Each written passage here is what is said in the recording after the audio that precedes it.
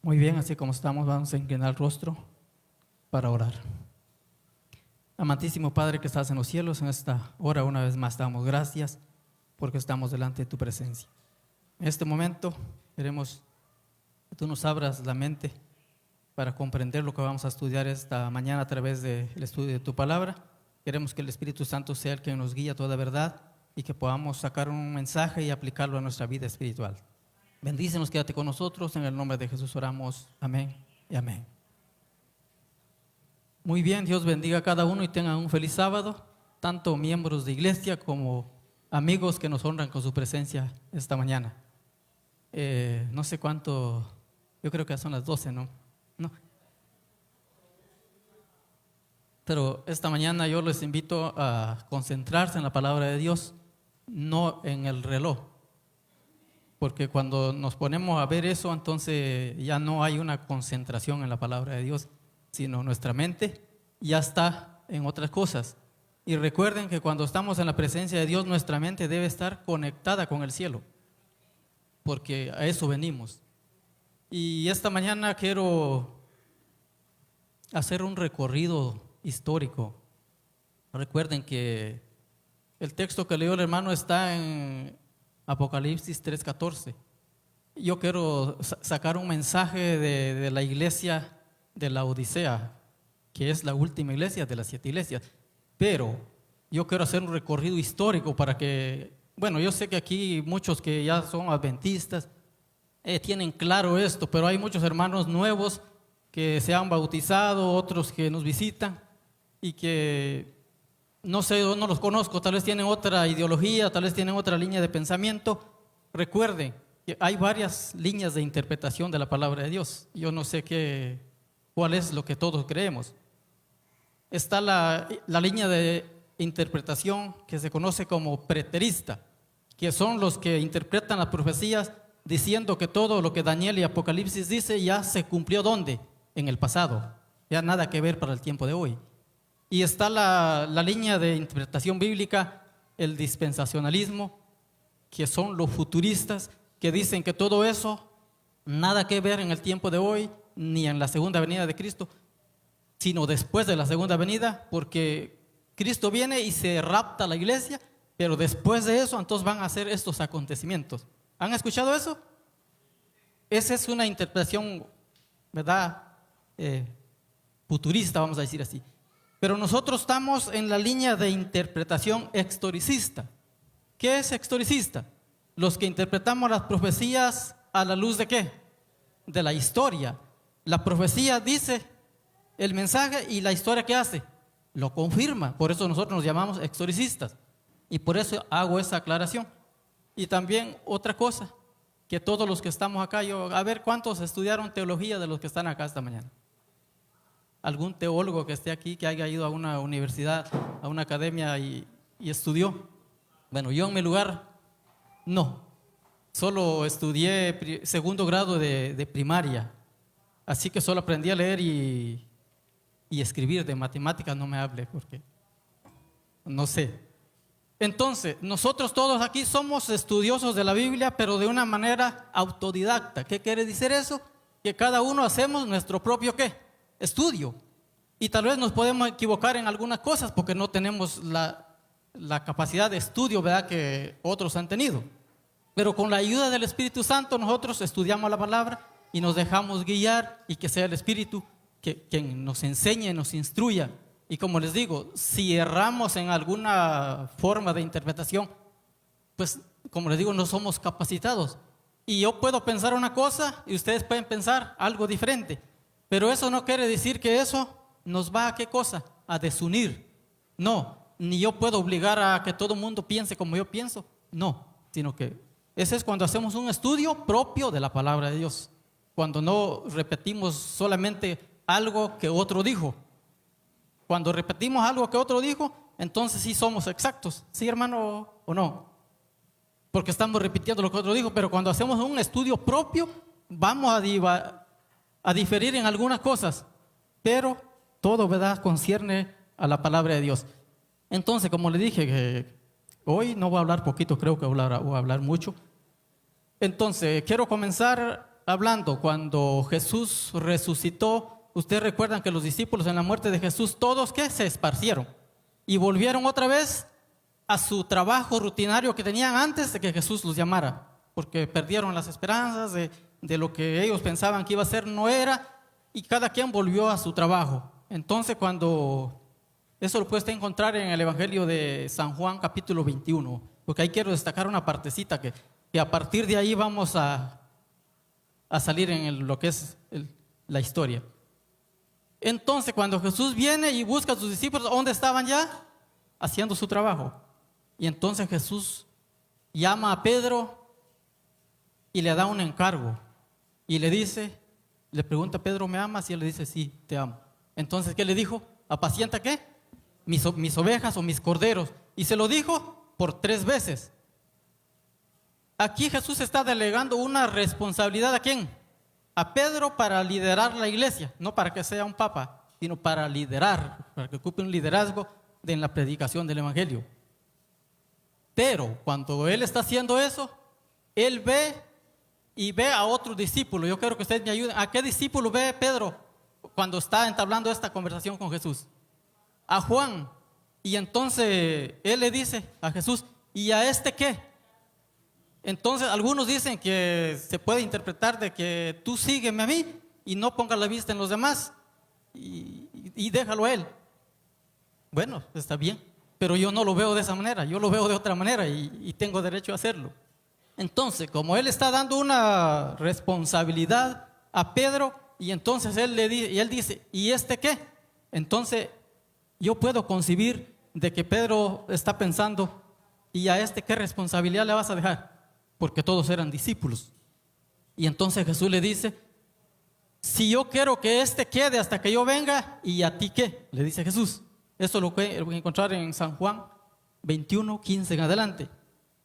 Entonces, ustedes si se dan cuenta o han estudiado un poco la historia, todos los discípulos, ¿qué pasó con ellos? Fueron muertos, los mataron, porque se levantó una persecución. Ustedes saben, en la muerte de Esteban comenzó una persecución. En el tiempo de Nerón hubo una persecución, o sea que hubieron varias etapas de persecución. Y entonces todos los discípulos, ¿qué pasó? Murieron. Pero ¿qué pasó con Juan? Juan quedó vivo. Entonces ahí es donde viene a mi mente de que lo que Jesús dijo tenía un propósito para Juan.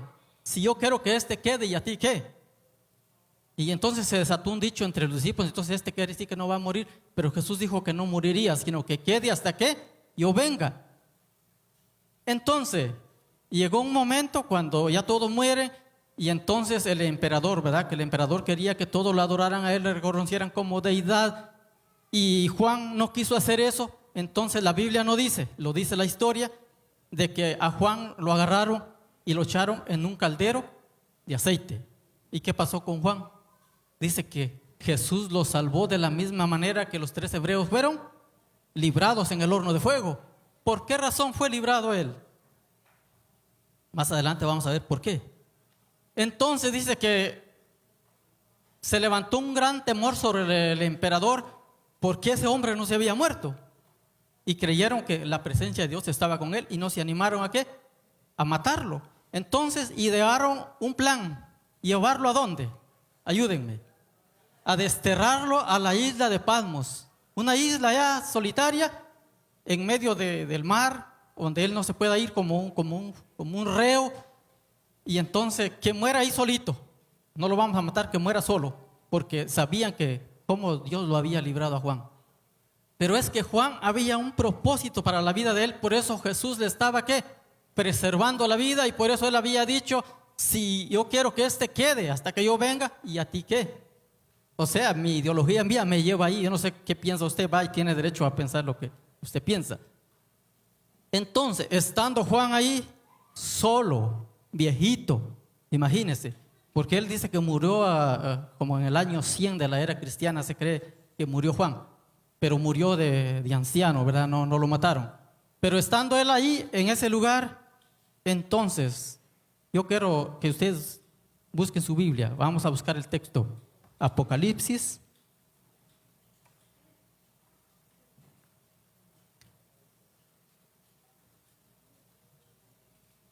Apocalipsis 1.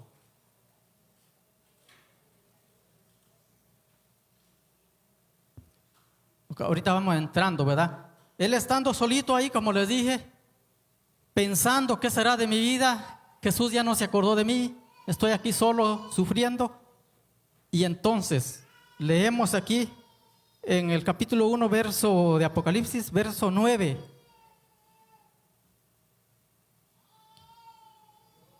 Y dice: yo, Juan, vuestro hermano y compartícipe vuestro en la tribulación, en el reino y en la paciencia de Jesucristo, estaba en la isla llamada Patmos por causa de la palabra de Dios y el testimonio de Jesucristo.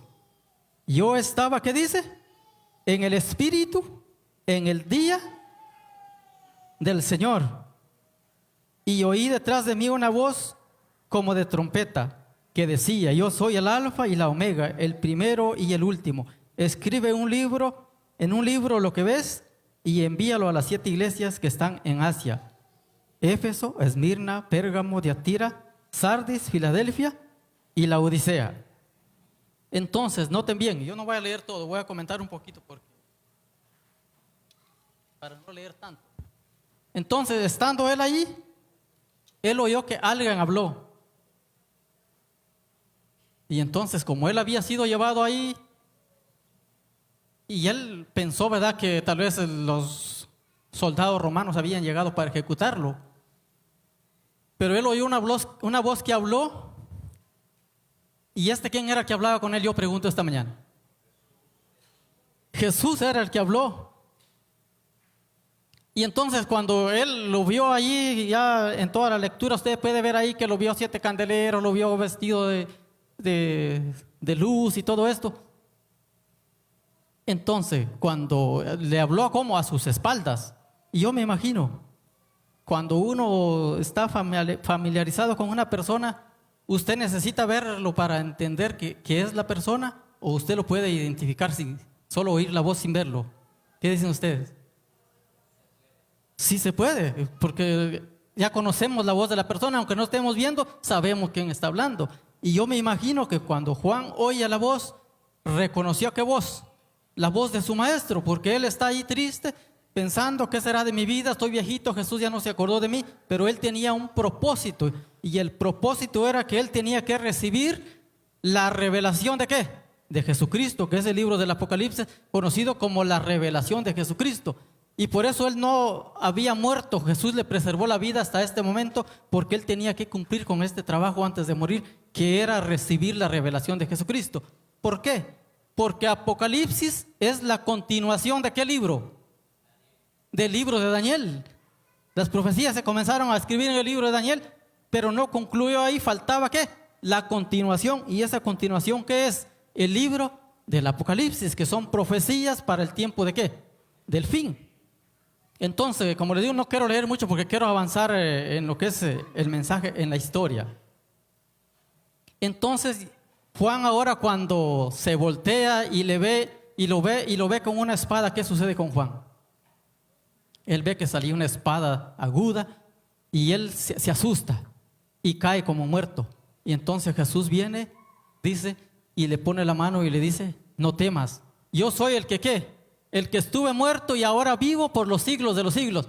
Eso da a entender de que Juan dudó de que realmente era Jesús y tuvo miedo pensando que tal vez era algún soldado que había ido para ejecutarlo. Pero ahora Jesús le dice: no tengas miedo, no temas, yo soy el que vivo y estuvo muerto. ¿Qué le está diciendo? Yo soy Jesús.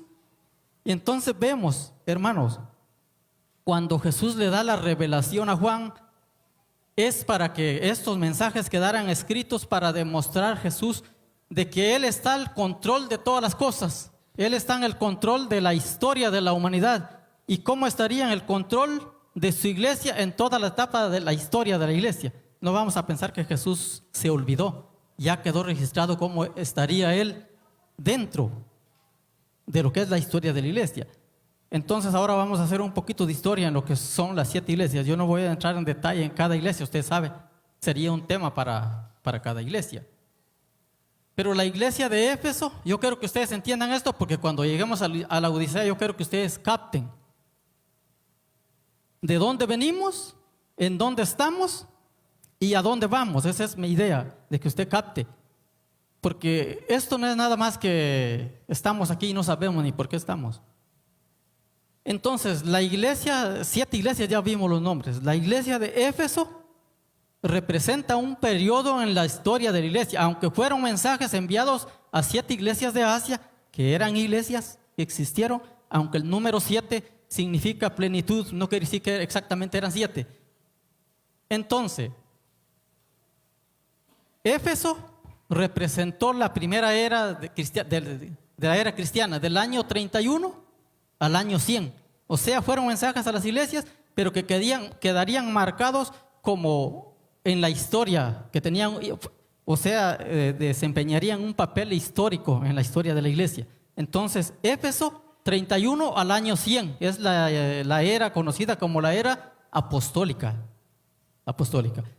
Después del año 100 al año 313 es la era conocida como la era de los mártires o de la persecución, porque recuerden, Nerón y otros emperadores levantaron una persecución contra todos los cristianos. Aún todavía no existía el papado. Aparte es la persecución de la bestia, ¿verdad? Ya unida con el Estado, esa parte. Aquí es el imperio romano imperial el que está persiguiendo y matando a los cristianos, y el mensaje que se le da a ellos es: sé fiel hasta la muerte y yo te daré la corona de la vida. ¿Por qué? Porque están pasando por una tremenda persecución. Entonces la primera iglesia es Éfeso, año 31 al año 100. Del año 100 al año 313, ya les dije, es la iglesia de Esmirna. Ahí está la segunda iglesia. Esmirna representa ese periodo en la historia de la iglesia. Después tenemos la tercera iglesia, que es Pérgamo. Pérgamo representa un periodo en la historia de la iglesia del año 313 al año 538. Y es conocida como la era de la apostasía. Y ya escuchamos un poquito el sábado pasado acerca de la apostasía, ¿sí o no? ¿Cuántos captaron? En esa etapa, hermanos, de la iglesia, de la era de la apostasía, es cuando Constantino, que no era cristiano, se hizo cristiano, nada más como, lo voy a llamar así, como un infiltrado. Y empezó a meter todo lo que era del paganismo, ¿dónde? Dentro del cristianismo. Y esa fue una era de apostasía. Y ustedes ven ahí, surgieron muchas doctrinas antibíblicas que no son bíblicas, como por ejemplo el bautismo de bebés, que es antibíblico, con un poquito de agua en la cabeza, que es antibíblico, María como mediadora, que es antibíblico, el sábado, el domingo como día del Señor, que es antibíblico. O sea, un montón, el rezo a los muertos y un montón de cosas que se dieron en el tiempo de apostasía, que son antibíblicas porque la Biblia no respalda. Por eso se conoce la era de apostasía. Estamos en la iglesia de Pérgamo. Quiero que ustedes me vayan ayudando. Después de Pérgamo viene ¿qué cosa? Tiatira. Esta iglesia representa un periodo en la historia del 538 a 1798, que es el periodo más largo de la supremacía papal. Aquí sí ya está unida ahora el papado con lo civil. La iglesia daba la sentencia de muerte para los que no querían aceptar sus doctrinas, sus dogmas, y el poder civil que hacía, ejecutaba las órdenes. Esto está representado, y ustedes ven a lo largo de la historia, de las etapas de la iglesia, ustedes ven que entraron las doctrinas de los nicolaitas, entró las doctrinas de Balaam, y en el periodo aquí de la supremacía papal se menciona ¿a quién? A Jezabel. ¿Quién era Jezabel? Ustedes saben, una idólatra que existió, y esas doctrinas entraron en el tiempo de la historia de la iglesia. Les dije 538 a 1798. Después de Tiatira, ¿cuál iglesia sigue? Sardis. Sardis está representado en el periodo de la iglesia, de la etapa de la iglesia en la historia, del 1798 a 1833, que es conocido como la era de la Reforma. Y eso lo hemos venido viendo todos estos días, la Reforma, donde salen los reformadores, Martín Lutero, Calvino y todos estos que empezaron a sacar la Reforma protestante. El propósito de estos reformadores era querer reformar ¿qué cosa? La iglesia, donde ellos estaban, porque entraron todas estas herejías dentro de la iglesia y querían reformar. La pregunta es, ¿se les permitió? No. Los descomulgaron. ¿Y qué cosa? Y los mataron, los persiguieron. Entonces, quería que me aclarara el hermano lo que me está diciendo. Ok, seguimos. Entonces, a partir de lo que es la era de la Reforma, que es la iglesia de Sardis, entonces vemos que ya ahora empiezan a surgir muchos grupos de cristianos. Están los luteranos, los calvinistas, y ya había metodistas, anglicanos, había un montón ya de grupos que salieron, porque donde no se les permitió hacer la reforma dentro, ellos salieron y empezaron a hacer la reforma fuera. Pero ellos empezaron predicando lo que es el mensaje de la justificación por la fe, que era por lo cual peleaba ¿quién? Lutero, ¿se acuerdan? Pero ellos hasta ese momento desconocían muchas doctrinas que durante la Edad Oscura, que es, se me olvidó explicarle esto, que de la iglesia de Tiatira, que es de 538 a 1798, es conocida como la era de las tinieblas o de la oscuridad, donde todas estas herejías entraron. Y entonces ellos seguían arrastrando muchas doctrinas que habían aprendido ahí, pero como ustedes saben, la verdad es progresiva. Entonces ellos cada vez iban descubriendo ¿qué? Más luz y más luz.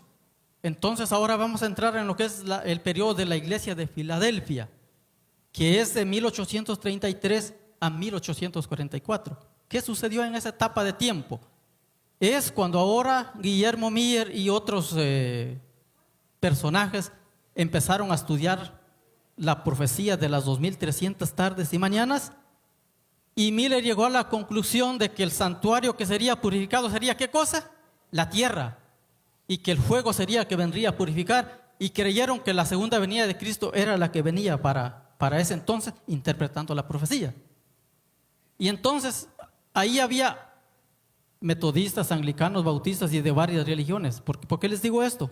Porque estamos haciendo un recuento histórico para que cuando lleguemos a la Odisea sepamos, ¿verdad?, en dónde nosotros estamos. Y entonces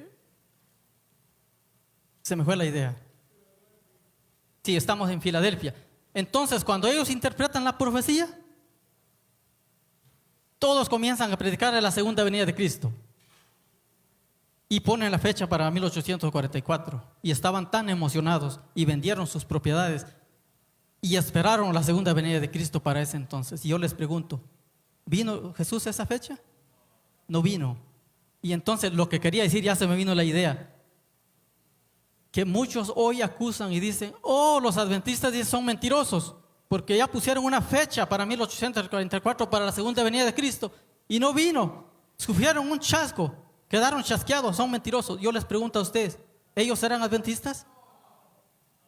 Eso tenemos que aclarar a la gente que dice esas cosas. Ellos no eran adventistas. A raíz de eso surge. ¿Sí, hermano? En ese sentido, no como iglesia. Sí, sí, porque en eso está claro, hermano, porque todo el que cree en la segunda venida de Cristo es adventista, pero no un movimiento así como con un nombre y apellido como nos conocemos hoy. Entonces no pueden decir los adventistas porque hasta ahí no somos adventistas. No eran adventistas todavía, no tenían un nombre, eran estudiosos de la palabra. Entonces, seguimos adelante avanzando ahí. Entonces, cuando sucedió el chasco y no vino Jesús, muchos se desmoralizaron. ¿Y qué pasó? Se fueron.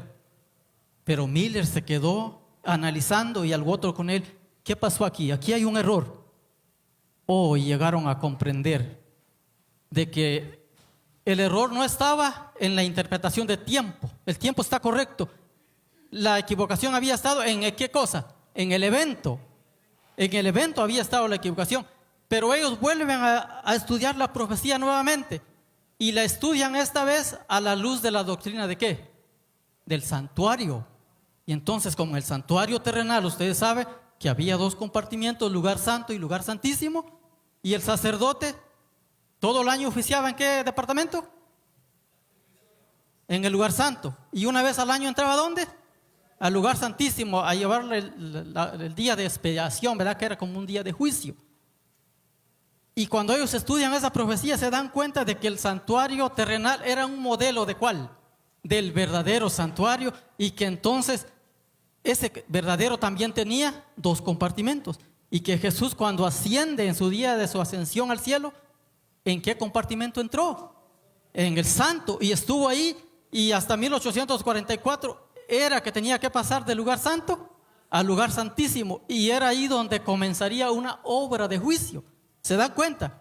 Que a raíz, cuando ellos interpretan la profecía, y por eso Apocalipsis en el capítulo 10 usted va a leer de que ellos vieron, de que Apocalipsis 10 decía de que había que leer el librito, devorar el librito, y esa gente estaban devorando el librito y se equivocaron. Pero el ángel, ¿qué dijo nuevamente?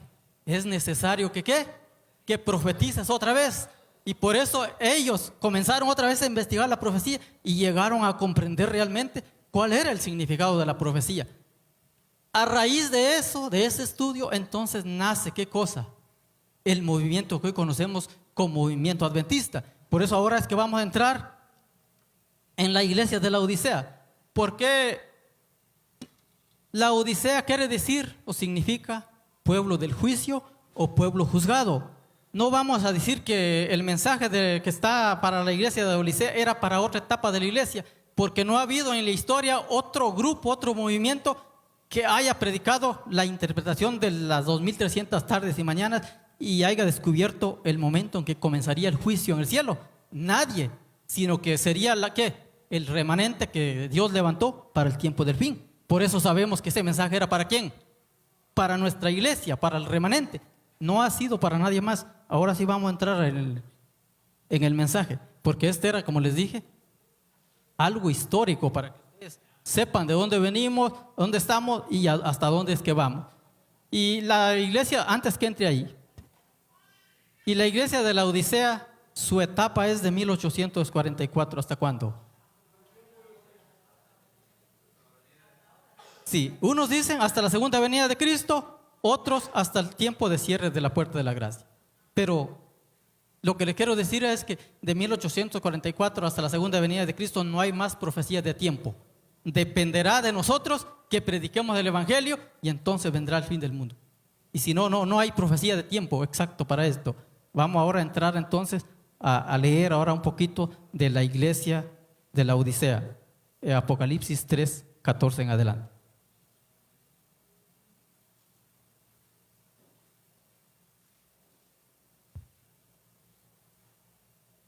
¿Ya lo tienen? Dice la palabra de Dios. Apocalipsis 3:14. Y escribe al ángel de la iglesia en la Odisea. He aquí el amén, el testigo fiel y verdadero, el principio de la creación de Dios, dice esto. Yo conozco tus obras, que ni eres frío ni caliente. Ojalá fueses frío o caliente. Pero por cuanto eres tibio y no frío ni caliente, te vomitaré de mi boca. Porque tú dices, yo soy rico y me he enriquecido, y de ninguna cosa tengo necesidad, y no sabes que tú eres un miserable, que tú eres un desventurado, dice esta versión, otra, y miserable, pobre, ciego y desnudo. Por tanto, yo te aconsejo que de mí compres oro refinado en fuego, para que seas rico, y vestiduras blancas para vestirte, y que no se descubra la vergüenza de tu desnudez, y unge tus ojos con colirio para que veas. Esta es palabra de Dios. Recuerden que mi Biblia aquí está marcado todo lo que el mismo Jesús habló, está marcado en rojo, y todo lo que Juan recibió por revelación del ángel, ¿verdad? Porque recuerdan que Jesús, Juan en una ocasión se arrodilló ante ¿quién? Ante un ángel, creyendo que tal vez que era Jesús, y él le dijo, no lo hagas, yo soy consiervo tú y tus hermanos. Entonces aquí Jesús es el que está dando este mensaje. Entonces, quiero hablar un poquito del contexto histórico de la iglesia de la Odisea para poder sacar un mensaje para nuestra vida. La Odisea era una ciudad, dice, muy rica, que no tenía necesidad de nada, vamos a decir así. Que cuando sufrió un terremoto, dice que no necesitó ayuda del emperador. No necesitaba ayuda porque tenía sus cosas, dice la historia, de que comerciaban con lana negra y con muchas cosas y eran ricos. Y tenían una venta también de, esta versión dice, y unge tus ojos con colirio. Pero en el original no existe la palabra colirio, sino es un aceite. Y ese aceite era una venta de aceite especial que era ¿para qué? Para la vista. Y ellos comerciaban todo esto y eran ricos. Estoy hablando del contexto cultural de la Odisea. Porque recuerden, cuando Jesús hablaba en parábolas, sacaba el mensaje, lo daba usando siempre el lenguaje ¿qué? Histórico de cultural que la gente conocía. Y eso mismo está sucediendo acá. Entonces, ellos eran ricos en todo, pero tenían un problema, que no tenían agua. No tenían agua en esa área. El agua la tenían que traer ¿qué? De otras partes. Entonces dice que de Colosa traían el agua fría y de Herápolis traían el agua caliente, y eso venía en acueductos o tuberías hasta la ciudad. Pero cuando llegaba el agua caliente hasta la ciudad, ¿qué pasaba? Ya llegaba ¿cómo? Fría, ya no llegaba caliente. Entonces cuando se tomaba esa agua así tibia, y como son aguas termales, son salúbricas, yo se los digo por experiencia, porque de la comunidad donde yo vivo hay baños termales, hay piscinas y baños privados para turistas, todo que quería bañarse, y las aguas son azufradas. Y entonces en un tiempo, como siempre he padecido de la gastritis, entonces me recetaron tomar esa agua termal, ¿verdad? Porque supuestamente es buena para la gastritis. Entonces, como está cerca de donde queda la escuela donde van a estudiar los niños, yo le decía a mis niños cuando iban a la escuela que me trajeran agua de eso para tomar yo en la casa, porque es medicinal. Pero ya cuando ellos llegaban a la casa, porque está como a media hora, el agua llegaba tibia o hasta fría. Y sí estaba salúbrica y sí no es agradable tomarla. Por eso la expresión ahí da ganas de ¿qué? De vomitar. Entonces, usando ese contexto que está ahí, Jesús quiere extraer un mensaje de la Odisea y les dice: ustedes dicen que son ricos, que no tienen necesidad de nada, pero no saben que ¿qué? Que son miserables, pobres, ciegos y desnudos. ¿Por qué? Porque ellos materialmente eran ¿qué cosa? Ricos, no les faltaba nada, pero espiritualmente ¿cómo estaban? Pobres, ciegos, desnudos, vacíos, no tenían. Ese es el mensaje que Jesús está queriéndoles dar a ellos, pero como ese mensaje es aplicable o es para el tiempo del remanente, para el tiempo del fin, que como ya les dije, no ha habido otro grupo en la historia, en la etapa de la historia de la iglesia, que este mensaje haya sido dado para ellos. ¿Por qué? Porque cuando nace el mensaje o el pueblo adventista, se nos da la responsabilidad de predicar el evangelio de Apocalipsis ¿qué? 14, 6 al 12, ¿qué dice ahí? Vi volar por en medio del cielo a otro ángel que tenía el evangelio para predicarlo a los moradores de la tierra, a toda nación, tribu, lengua y pueblo, diciendo: temed a Dios y dale gloria, porque la hora de ¿qué? De su juicio ha llegado, y adorad a aquel que hizo el cielo, la tierra, el mar y las fuentes de las aguas. No se podía predicar acerca de un juicio ha llegado antes que ¿qué? Que no tuviese un comienzo. ¿Están comprendiendo? Nadie podía predicar que el juicio ya comenzó cuando no había comenzado. Por eso Jesús mismo levanta este movimiento, este pueblo, en el momento ¿qué? Exacto del cumplimiento de ¿qué? De la profecía, para comenzar a predicar este mensaje. Y por eso es que hoy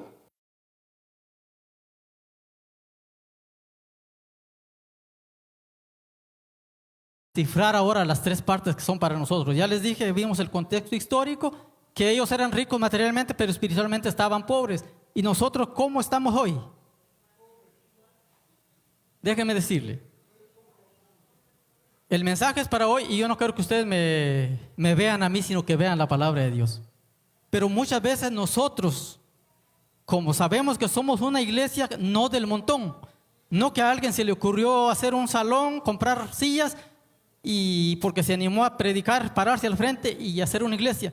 Nosotros no somos de esto, hermano. Nosotros nacimos a raíz de la profecía. Y entonces se me fue la idea de lo que dice. Alguien me puede ayudar allí.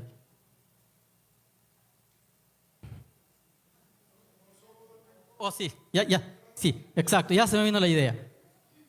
Nosotros podemos decir, escuchen bien, Nosotros podemos decir, nosotros somos adventistas, nacimos a raíz de la profecía. Nosotros tenemos universidades, tenemos hospitales, tenemos colegios, tenemos casas edictoras, tenemos todo. Somos ricos. Pero yo les pregunto, ¿eso nos beneficia espiritualmente? Esta es una riqueza, ¿qué?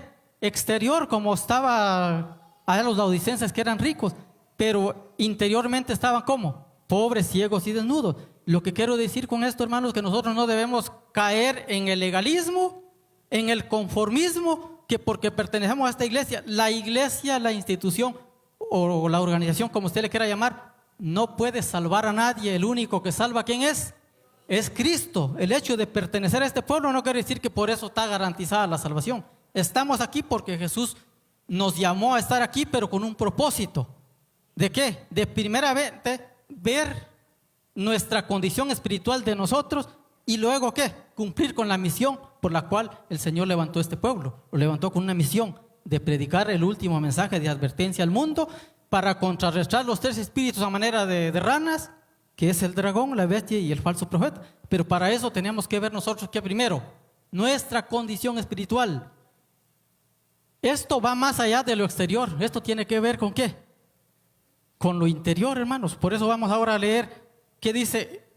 De nuevo, voy a leer ahora que el consejo que da aquí para nosotros ahora dice: por tanto, el versículo 18, yo te aconsejo que de mí compres, ¿qué dice? Oro refinado en fuego. Y los invito a ir ahora a Primera de Pedro capítulo 1. Vamos a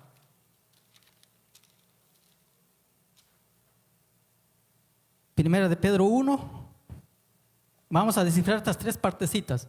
Espero que no se me cansen porque les dije el tiempo nos avanza y nosotros nos empezamos a distraer. Primera de Pedro capítulo 1. Primera de Pedro 1, 3 al 8. Leamos la palabra de Dios y la palabra de Dios dice de la siguiente manera: bendito el Dios y Padre de nuestro Señor Jesucristo, que según su grande misericordia nos hizo renacer para una esperanza viva por la resurrección de Jesucristo de los muertos. ¿Para qué dice?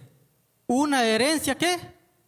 Incorruptible, incontaminada e inmarcesible, reservada en los cielos para vosotros. Esta es la riqueza de la cual nosotros nos debemos enriquecer hoy en día, que sois guardados, dice, por el poder de Dios mediante la fe, para alcanzar la salvación que está preparada para ser manifestada en el tiempo postrero, en lo cual vosotros os alegráis, aunque ahora por un poco de tiempo. ¿Ahora qué dice? Si es necesario, tengáis que ser afligidos en diversas pruebas, para que, sometida a prueba vuestra fe, mucho más preciosa que el oro, el cual, aunque perecedero, se prueba con fuego, sea hallada en alabanza, gloria y honra cuando sea manifestado Jesucristo, a quien amáis sin haberle visto, en quien creyendo, aunque ahora no lo veáis, os alegráis con gozo inefable. ¿Y qué cosa? Y glorioso. Esa es la verdadera riqueza por la cual nosotros debemos estar trabajando y ver esa riqueza por fe, que es la herencia celestial que el Señor nos quiere dar. Y hay un texto en la Biblia que dice que Jesús, siendo rico, ¿qué? Se hizo pobre para que con su pobreza nosotros, ¿qué cosa? Fuésemos enriquecidos. Por eso yo les dije, nosotros no nos debemos de jactar de decir que porque pertenecemos a esta iglesia vamos a ser salvos y tal vez no estamos haciendo la voluntad de Dios. Basta, hermanos, ya de vivir un cristianismo a medias. Basta ya de vivir un cristianismo de disfraz o vivir una vida doble de apariencia. ¿Por qué? Porque la Biblia dice, no os engañéis. Dios no puede ser burlado. Todo lo que el hombre sembrare, eso segará. Así que cada uno debe esta mañana hacer un examen en su vida, ver su condición espiritual, cómo está, y no conformarse, no conformarnos, porque si no estaremos en grave peligro. Entonces seguimos ahora adelante. Ahora vamos a entrar en la siguiente parte. Son tres partecitas que quiero compartir con ustedes. Volvemos otra vez a Apocalipsis 3. Y en Apocalipsis 3 íbamos donde dice, para que seas rico, y vestiduras blancas para vestirte, y que no se descubra la vergüenza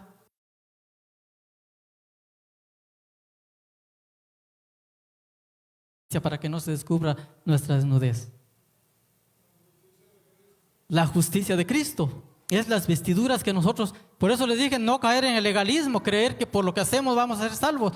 Esas son justicias humanas, son vestiduras de, ¿cómo le llama Isaías? Trapos de inmundicia. Pero la justicia de Cristo es la verdadera vestidura de la cual los hijos de Él deben estar, ¿qué? Revestidos. Por eso ustedes ven cuando Adán y Eva cayeron en el pecado, noten bien, que ellos se cubrieron su desnudez con hojas de higuera, se hicieron sus delantales y se cubrieron su desnudez. Pero cuando oyeron que la voz de Jehová Dios se paseaba en medio del huerto, ¿qué sintieron? Miedo, porque dice que tuvieron miedo porque estaban ¿cómo? Desnudos.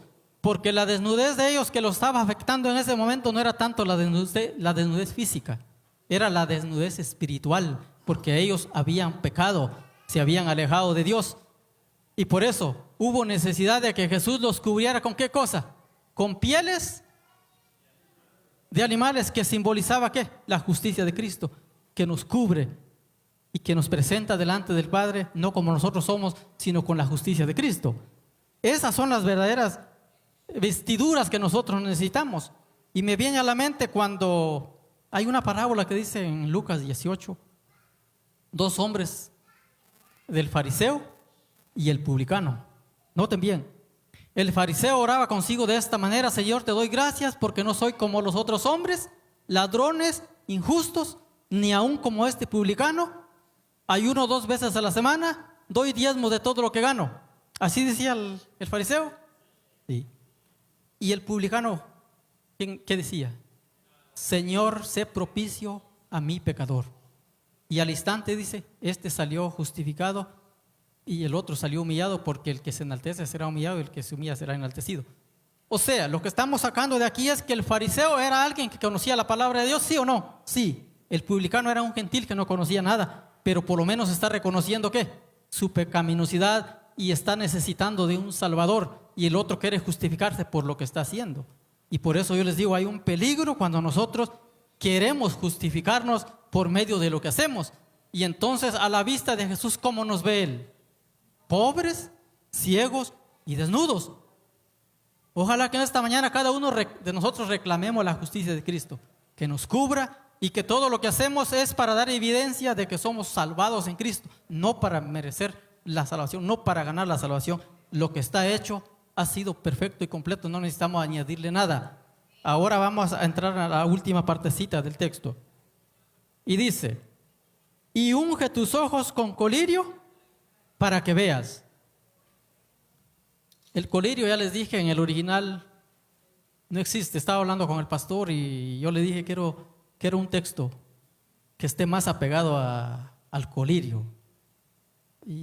Pero el tiempo se nos acortó y no tuvo tiempo, pastor, de darme el texto. Pero sí él me explicó que la palabra colirio no existe en el original, sino existe un aceite, y ese aceite era un aceite especial que se usaba en la cultura, ya les dije, de la Odisea, y que hoy es una representación de ¿qué cosa? Del Espíritu Santo. Nosotros, por naturaleza pecaminosa que hay en nosotros, tenemos una ceguera espiritual que no nos deja ver más allá de lo que vemos, no nos deja ver la realidad de las cosas, no nos deja ver nuestra pecaminosidad. Creemos que así como estamos bien, pero cuando el Espíritu Santo viene y nos quita la venda, la ceguera espiritual, entonces vemos realmente quiénes somos y sentimos la necesidad ahora de buscar a Jesús, de buscar a un Salvador. Y ese Salvador, ¿quién es? Cristo Jesús. Por eso el Espíritu Santo, Jesús dijo, yo me voy, pero no los voy a dejar huérfanos. Voy a dejar al Espíritu Santo para que esté con ustedes todos los días hasta el fin del mundo. Y cuando Él venga, Él los va ¿a qué? A redarguir de justicia, de juicio y de verdad. Y Él los, dice también, y Él los guiará a toda verdad y nos convencerá ¿de qué? De pecado. Por eso les digo, permitamos que el Espíritu Santo entre en nuestra vida y que cuando nosotros le permitamos a Él, entonces vamos a ver realmente quiénes somos. Y entonces si hay, como decía el hermano que dio la lección el otro día aquí, él dijo, el de que es de la iglesia de los hermanos de la tarde, él dijo, yo mi debilidad o mi inclinación hacia el mal es esta. No sé si alguien de aquí captó, ¿verdad? Yo siempre estoy poniendo atención, ¿verdad?, a lo que los hermanos dicen. Y es la verdad, esa es su inclinación de él. Pero cada uno de todos los que estamos aquí no tenemos la misma inclinación hacia el mal. Cada uno en un área ¿qué? Diferente. Y cada uno debemos descubrir en dónde estamos mal, qué el Espíritu Santo necesita cambiar y transformar nuestra vida y permitírselo al Señor. Porque el mensaje fue dado para esta iglesia. Aquí no, en las otras iglesias, hubo unas iglesias que se halagaron por lo que está haciendo, ¿verdad? Y a otras no, pero la iglesia, esta última iglesia no tiene ningún halago, solo se está mostrando su condición.